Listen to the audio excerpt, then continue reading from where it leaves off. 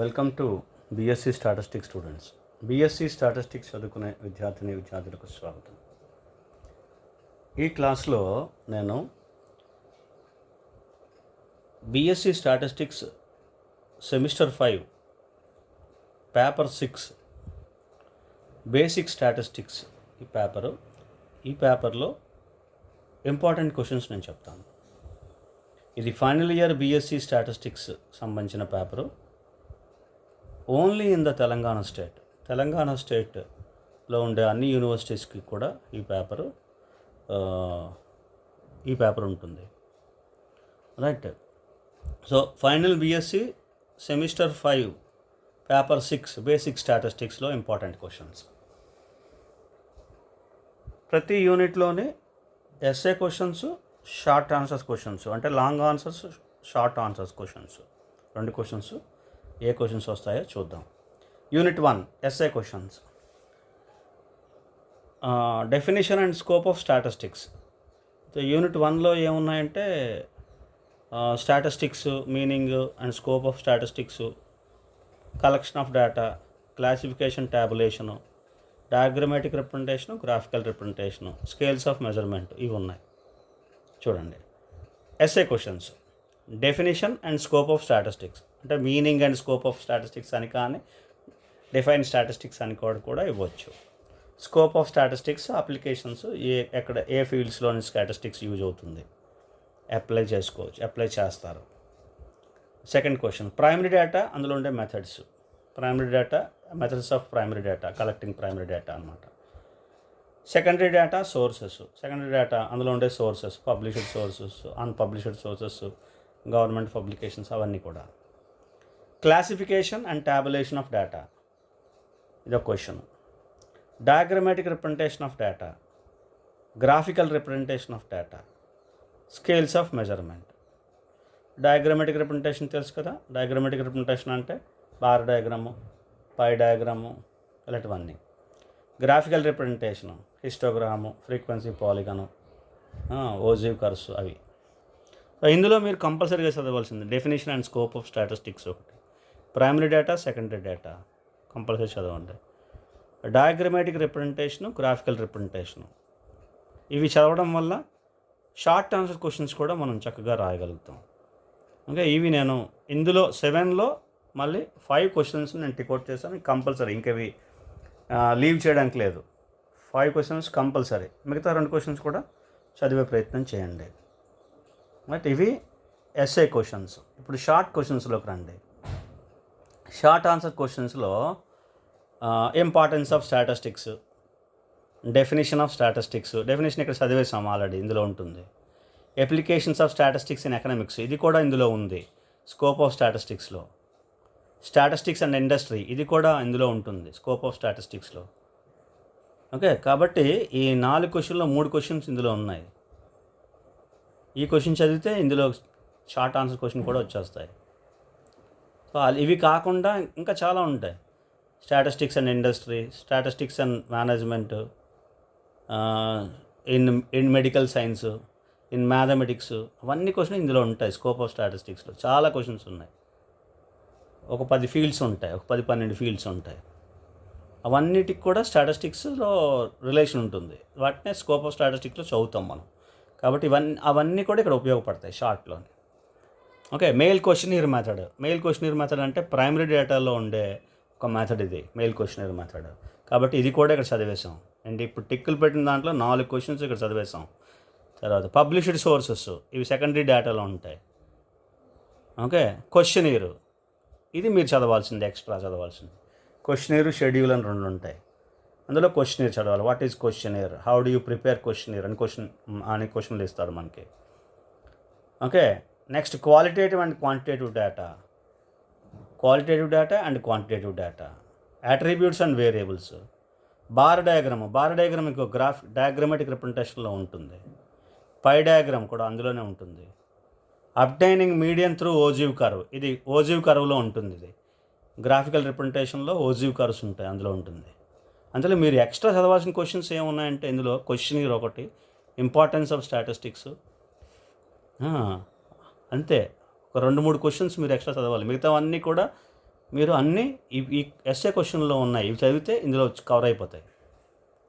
కాబట్టి అది ఆలోచించుకోండి. ఫ్రీక్వెన్సీ పాలిగన్ కూడా గ్రాఫికల్ రిప్రజెంటేషన్లో ఉంటుంది.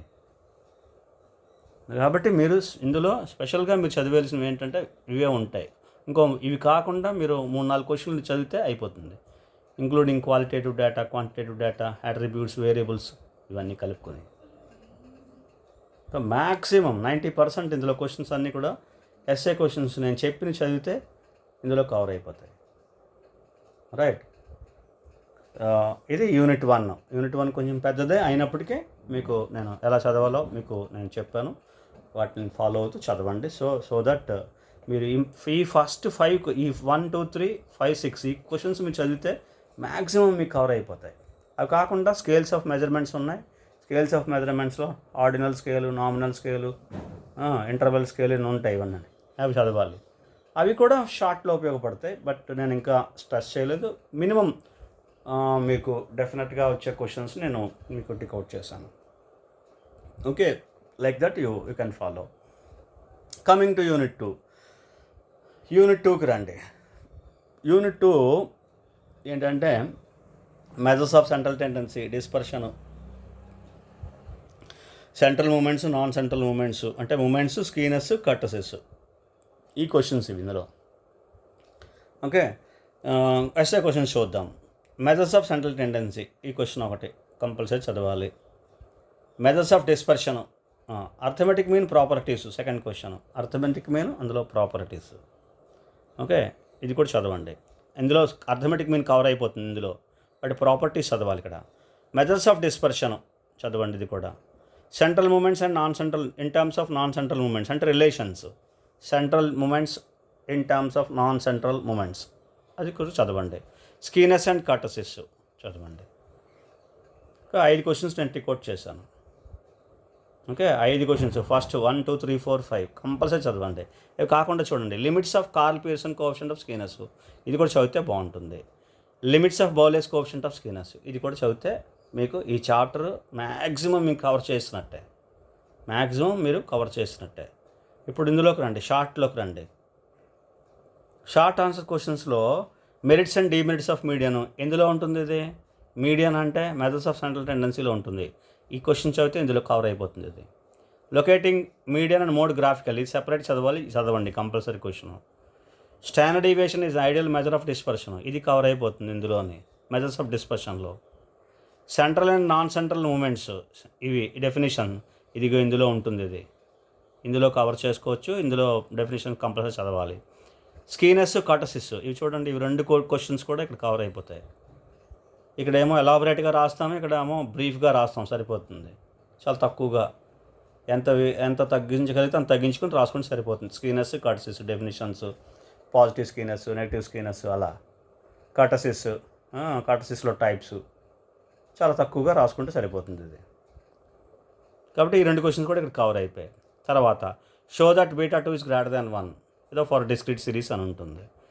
తర్వాత next effect of change of origin and scale and moments, ఈ క్వశ్చన్ ఒకటి కంపల్సరీ చదవాలి. షెపర్డ్ కరెక్షన్స్ ఫర్ మూమెంట్స్, ఈ క్వశ్చన్ ఒకటి కంపల్సరీ చదవాలి. ఇవి మనం చదవాల్సిన క్వశ్చన్స్, మినిమం చదవాల్సిన క్వశ్చన్స్ నేను టికోట్ చేస్తాను చూడండి. ఓకే, ఇవి కాకుండా మీరు ఈ 6th, 7th క్వశ్చన్ కూడా చదివితే మీకు ఇందులో ఫుల్ ఫ్లెడ్జెడ్గా మీరు ఇది ఆన్సర్ చేయగలుగుతారు. మొత్తం ఇందులో ఉండే 7 క్వశ్చన్సే ఇందులో మొత్తం అంతా కూడా, ఇంకేం లేదు. ఈ 2 క్వశ్చన్సే ఎక్స్ట్రా.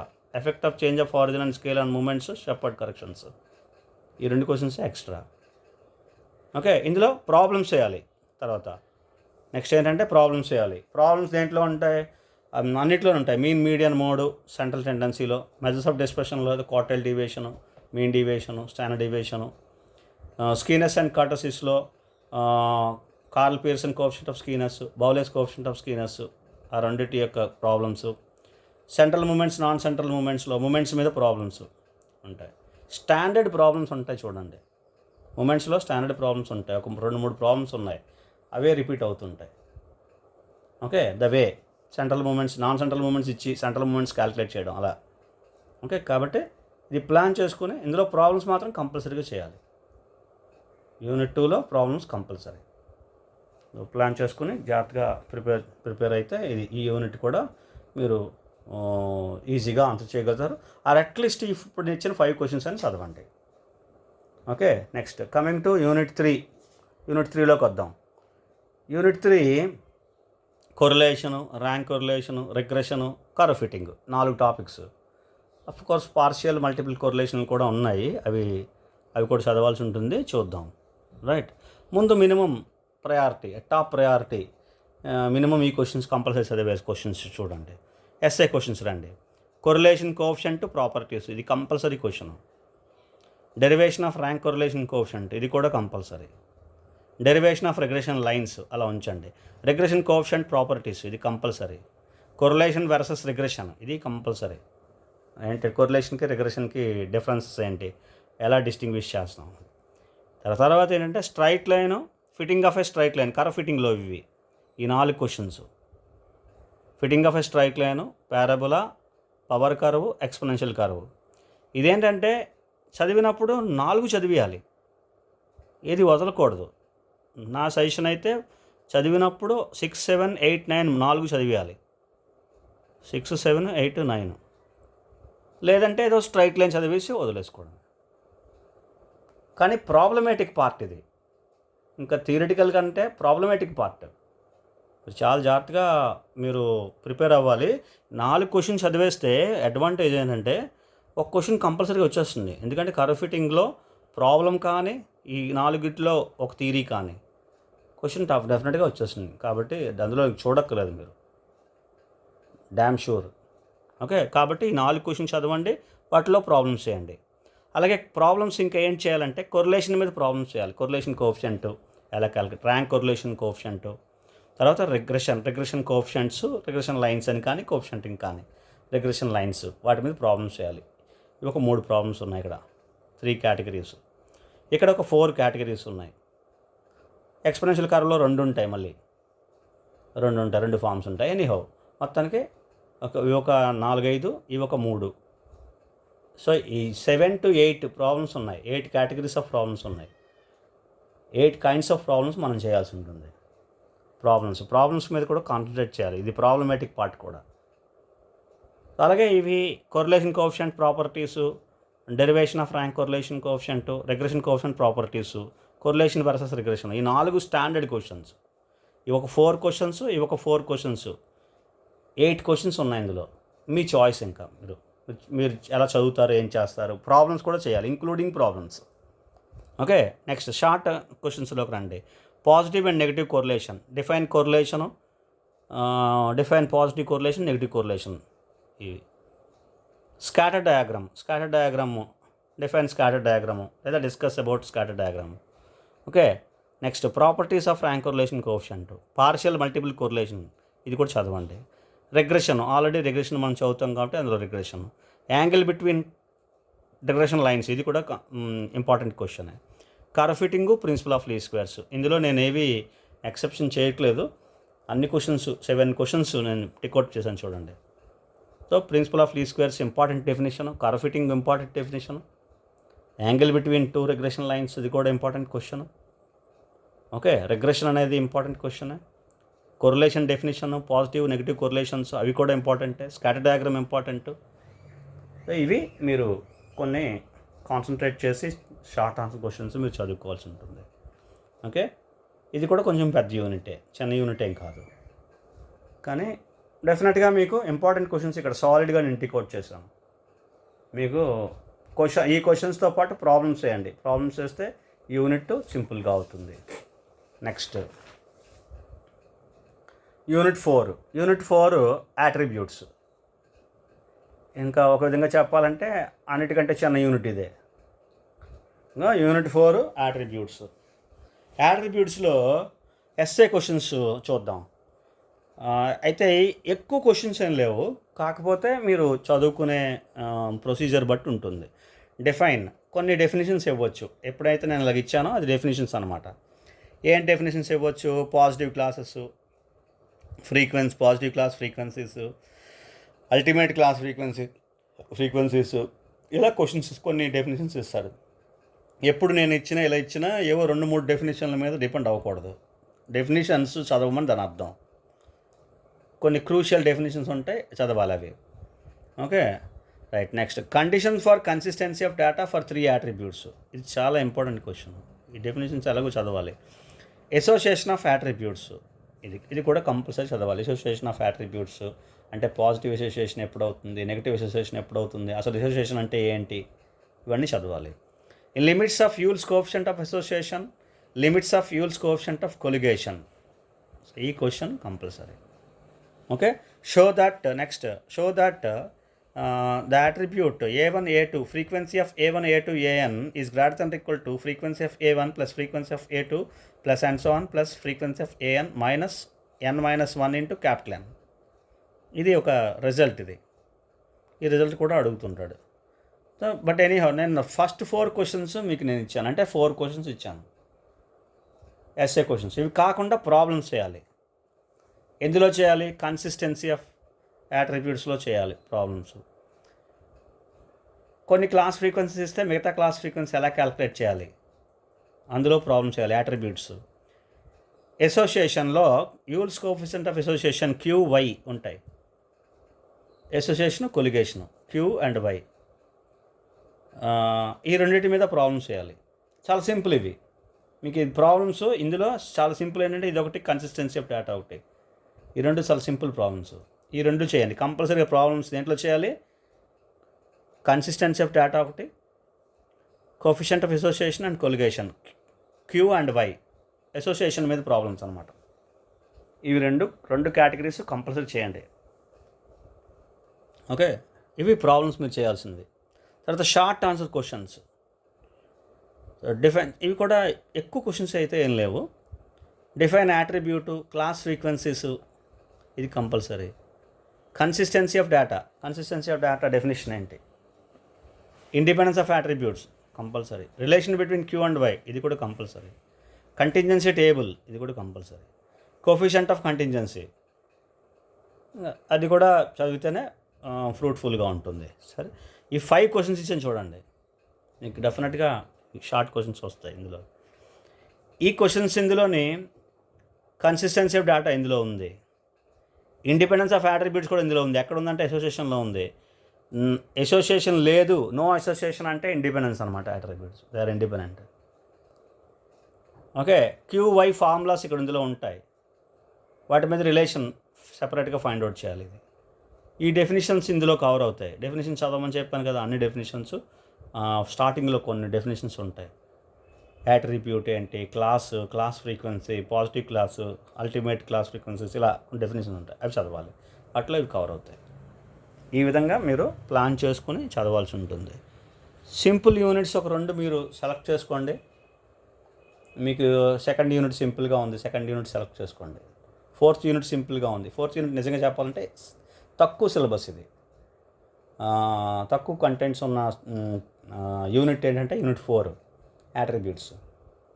ఓకే, మీ కన్వీనియన్సే. ఒక 2 యూనిట్స్ ముందు స్టార్ట్ చేయండి ప్రిపరేషను. 2 యూనిట్స్లో నేను చెప్పిన ప్రకారం చదువుకుని వెళ్ళిపోండి. అయిపోయిన తర్వాత 3rd యూనిట్కి వెళ్ళండి. ఇంకొక యూనిట్, 3వ యూనిట్, అది చదివిన తర్వాత అప్పుడు 4th యూనిట్లోకి వెళ్ళండి. 4th యూనిట్లో కనీసం ఒక 50% నేను చెప్పిన ఇంపార్టెంట్ క్వశ్చన్స్ అని చదివితే చాలు. 3 యూనిట్స్ మాత్రం నేను చెప్పిన ఇంపార్టెంట్ క్వశ్చన్స్ అన్నీ కూడా చదవండి కంపల్సరీ అని నేను చెప్పాను చూడండి కొన్ని, అవి బాగా చదవండి. అవి చదివితే మీరు డెఫినెట్గా ఇందులో మంచి స్కోర్ చేస్తారు. నాట్ పాస్, మంచి స్కోర్ చేస్తారు. మీకు అందరికీ అర్థమైంది అనుకుంటాను. Hope you understand. Do well. All the best. Thank you.